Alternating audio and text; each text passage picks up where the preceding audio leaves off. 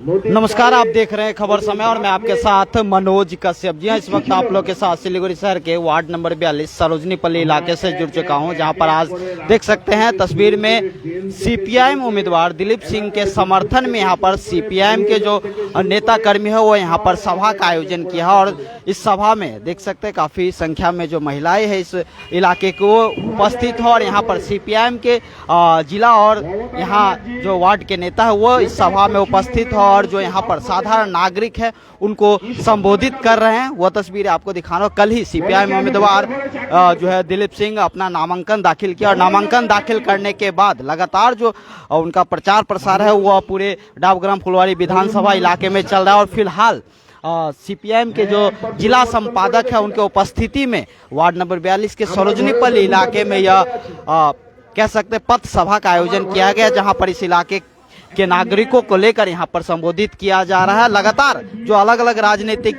दल के जो प्रार्थी है उम्मीदवार है लगातार प्रचार प्रसार कर रहे हैं। अगर एक तरफ बात करें तृणमूल उम्मीदवार रंजन सिंह शर्मा तो वह विभिन्न जो इलाके अंचल है वहां पर अपना प्रचार प्रसार जारी रखे हुए हैं। दूसरी तरफ जो बीजेपी के उम्मीदवार है शिखा चटर्जी वह भी लगातार अपना जो डोर टू डोर कैंपेन है वह वहां पर चल रहा है। वहीं सीपीआईएम उम्मीदवार के समर्थन में अब जो है छोटी छोटी जो कह सकते हैं पथ सभा उसका आयोजन किया जा रहा है और उसकी शुरुआत आज वार्ड नंबर 42 के सरोजनी पल्ली इलाके से शुरू किया गया, जहां पर सीपीआईएम के जिला के जो संपादक है वह उपस्थित है, साथ ही यहाँ के एरिया कमेटी के नेता और वार्ड के नेता सभी उपस्थित है। और उनके उपस्थिति में वार्ड के जो साधारण नागरिक हैं उनको लेकर एक सीपीएम कर्मी को लेकर जो है यहाँ पर सभा का आयोजन किया गया। उस सभा को फिलहाल संबोधित किया जा रहा है, वो तस्वीर आपको दिखा रहा हूँ। मैं फिर से बता दूं पूरे बंगाल में जो चुनावी सरगर्मी है वो अभी शुरू हो चुकी है। अलग अलग राजनीतिक दल के जो नेता है लगातार प्रचार प्रसार कर रहे हैं।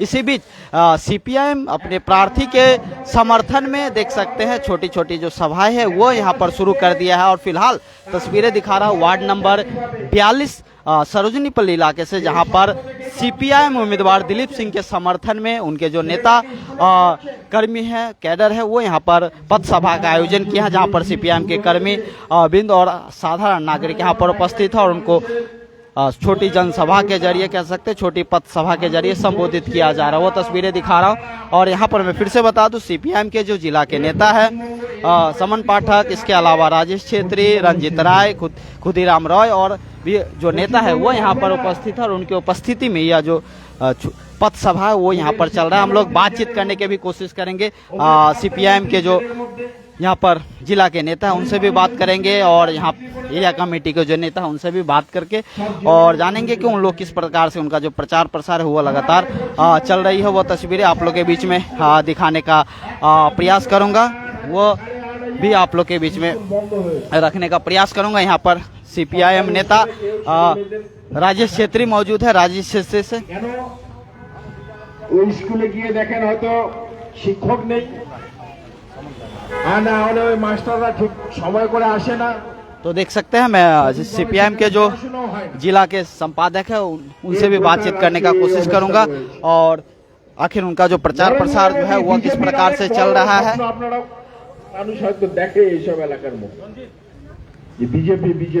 बात करेंगे सीपीआईएम के जो जिला संपादक है उनसे बात करेंगे।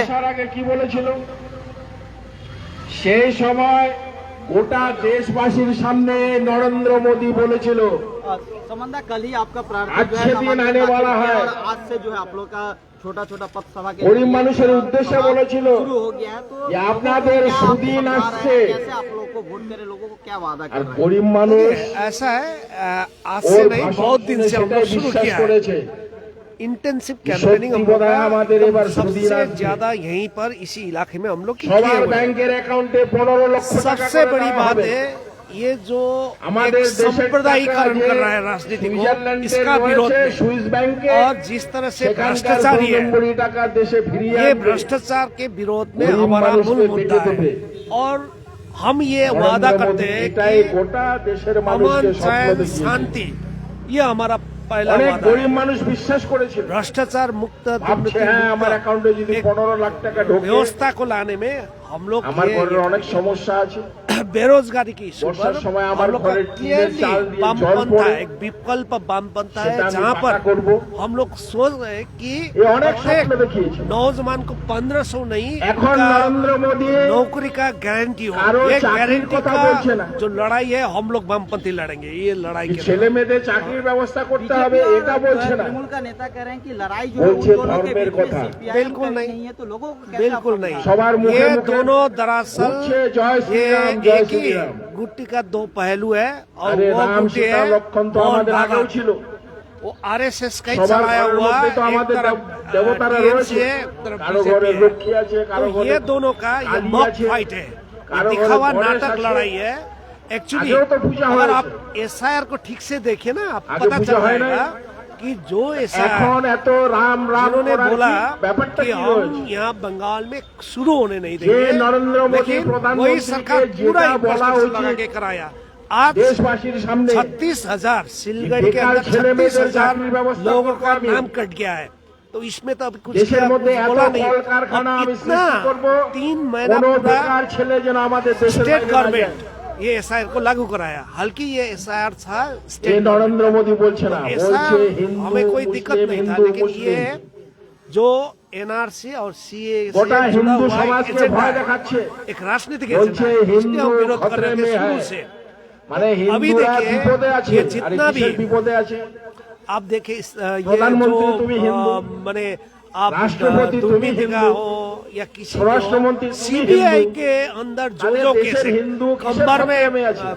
डोरी बांध के हमारे घुमाने वाला देशे जो যখন प्रधानमंत्री আব্দুল কালাম एक बार भी রাষ্ট্রপতি ছিলেন, एक मैंने इसको भी अभी तक তখন দেশের कन्विक्शन नहीं हिंदुরা किया बल्कि छोड़ दिया। বিপদে ছিল না। तो इससे पता चलता है ये दोनों का এখন कोई फाइट বলছে नहीं है, হিন্দু খতরে মে হ্যায়। कहीं भी है तो फाइट গোটা वामपंथा से है। দেশের হিন্দুকে এইভাবে ওরা ভয় দেখাচ্ছে। और मेयर दोनों आपस में ये लड़ाई करें कि सबसे बड़ा মুসলিমদের हिंदू প্রতি कौन है? যেন दोनों जय श्री राम का नारा হিন্দুদের বিদ্বেষ लगाने বেড়ে के যায়। पीछे दौर में लगे আরে हुए हैं। তুমি आप আসল देखो কথা तो বলো, मेयर उन्होंने कहा है कि जय श्री राम से দেশের ऊपर ही উন্নয়ন করো, राम ছেলে মেয়েদের চাকরির कृष्णा, ব্যবস্থা করো, अल्लाह या स्कूल कॉलेज जीसस, बनाओ। ये धर्म अपना जगह है, राजनीति करने का जगह नहीं। যেখানে আমাদের यही বামপন্থী जगह पे हम দলগুলো लोग রয়েছে दिक्कत है কেরালায়, कि कोई भगवान কেরালায় के नाम আজকে पर हम लोग বেসরকারি স্কুল देखिए, বন্ধ হচ্ছে ये এক এক করে। पश्चिम बंगाल एक কেন ऐसा জানেন? फेस्टिवल का है, हम लोग दुर्गा पूजा সেখানকার काली पूजा करते সরকারি हैं, স্কুলে लेकिन काली पूजा ছেলেমেয়েদের कभी हम এখন লাইন पोस्टर लगा লাগছে। के नहीं करते। ওই अब काली বেসরকারি पूजा ডন पूरा বস্কো নির্মূলন ये থেকে এখন करके সরকারি স্কুলে ভালো वर्ड পড়াশোনা पे হচ্ছে। जाके बोला के नहीं करता, अपना मन से होता বেসরকারি স্কুলে এখন है। কেউ धर्म যাচ্ছে अपना না। मन का है, लेकिन धर्म আমাদের को लेके जो পশ্চিমবঙ্গে উল্টা राजनीति হচ্ছে। करता है ये राजनीति আমাদের गलत সব है। टीएमसी भी गलत है और ये बीजेपी भी लोगों गलत को है। समझाने में सफल हो रहे हैं क्या आपका दल? देखिए रोजी रोटी का सवाल है, आज देखिए पूरा रोजी रोटी का सवाल। आज देखिए अभी अभी गाड़ी आया था यहाँ गैस का, और जो क्राइसिस है वो 1 महीना 1.5 महीना लाइन में बैठने के बाद आज गाड़ी पहुंचती है तो পুরাটাই छूट के ভেঙে जा जाती চুরমার হয়ে है। যায়। तो इसमें এখন वो মানুষকে छूटने वाला ভাবতে ना হবে। हिंदू है ना मुस्लिम এই है ना এলাকায় हिंदी আমাদের भाषी है ना बंगला भाषी है ना তিনজনের नेपाली মধ্যে भाषी है। লড়াইতে হবে। अब ये क्राइसिस जो आता है ना वो একজন सभी को BJP आता রয়েছে, है। तो हमारा শিখা एजेंडा ये চ্যাটার্জি है আপনারা নাম कि শুনলেন। बेरोजगारी पर আরেকজন আছেন जो রঞ্জন शांति সিং और শর্মা। आम शांति और और हमारे चैन पर दिल्ली। कि शांति सबको এই चाहिए। তিনজন ক্যান্ডিডেটের মধ্যে আমরা দেখেছি যে আমাদের দিলীপ হলো সব থেকে हम लोग বেস্ট एकदम ক্যান্ডিডেট। 100% अब कोई रंजन विकल्प नहीं सिंह है। शर्मा संगे आज আমরা একসঙ্গে हम কাউন্সিলর जनता को ছিলাম।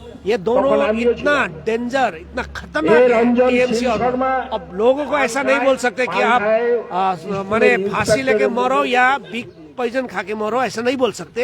हम लोग बचाने के আমি लिए তারপরে लड़ाई है। দিনকে ওকে বললাম কি রে তুমি स्थानीय नेता भी मौजूद है, उनसे बात करेंगे। यहाँ पर जो स्थानीय मुद्दा है ওই রঞ্জন বলে पीने का पानी का বলে और থুতু पट्टा का, যদি না उसको দিতাম लेकर আজকে आप কি क्या আনন্দবাজার वादा कर रहे हैं? পত্রিকা আমার ফটো कैसे আসতো। समाधान करेंगे? वादा तो देखिए हम लोग प्रकाश नगर इस ब्रांच से शाखा से हम लोग कई बार बस्ती उन्नयन समिति से लेकर के हम लोग बस्ती उन्नयन समिति जो संगठन के माध्यम খুব से সাবধান।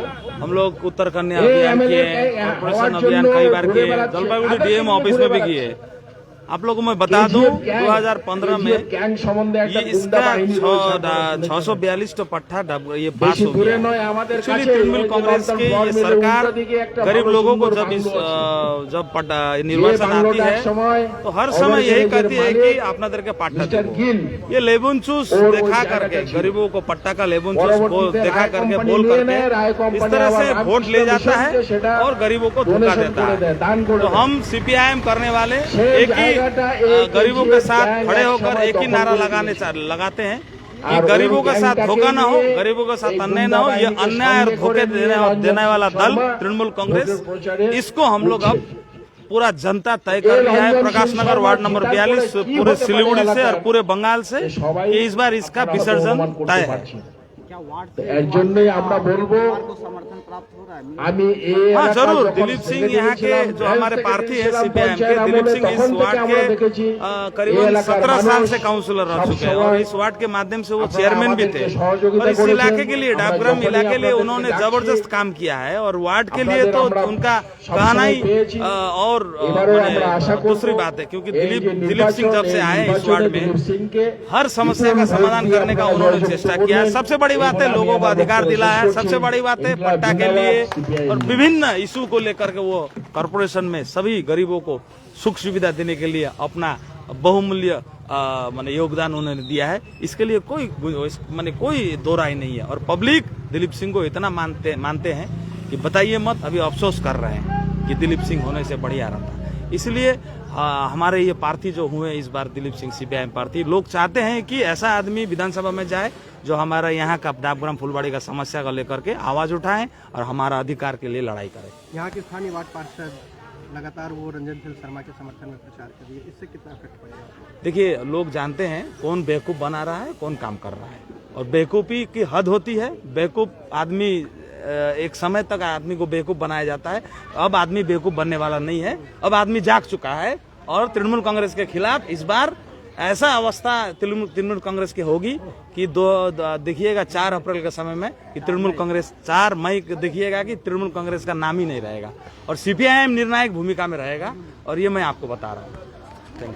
तो देखिए यहाँ पर स्थानीय जो नेता है उनसे भी बात किया और उनके जो जिला के संपादक है उन्होंने भी बात किया और उनको भरोसा है कि यहाँ के जो जनता है इस बार उनके उम्मीदवार के समर्थन में वोट करेंगे। या तो अब 4 मई को ही पता चल पाएगा कि यहाँ के जनता किसको समर्थन किया है, भाजपा को किया है कि सीपीआईएम को किया है कि तृणमूल कांग्रेस को किया है या फिर अन्य दल को। वो तो जब रिजल्ट आएगा उस समय पता चलेगा। फिलहाल जो सभी राजनीतिक दल है अपने अपने उम्मीदवार के समर्थन में लगातार प्रचार प्रसार कर रहे। यह तस्वीरें सीपीआईएम उम्मीदवार के समर्थन में जो यहाँ पर सभा का आयोजन किया गया था वहाँ से दिखा रहा हूँ, जहाँ पर लगातार उनके जिला और एरिया के जो नेता है वह लगातार लोगों के बीच में अपनी बात रख रहे हैं। तो इसी तरह से शहर के अन्य तमाम खबरों के लिए देखते रहे खबर समय हर समय। बहुत बहुत धन्यवाद।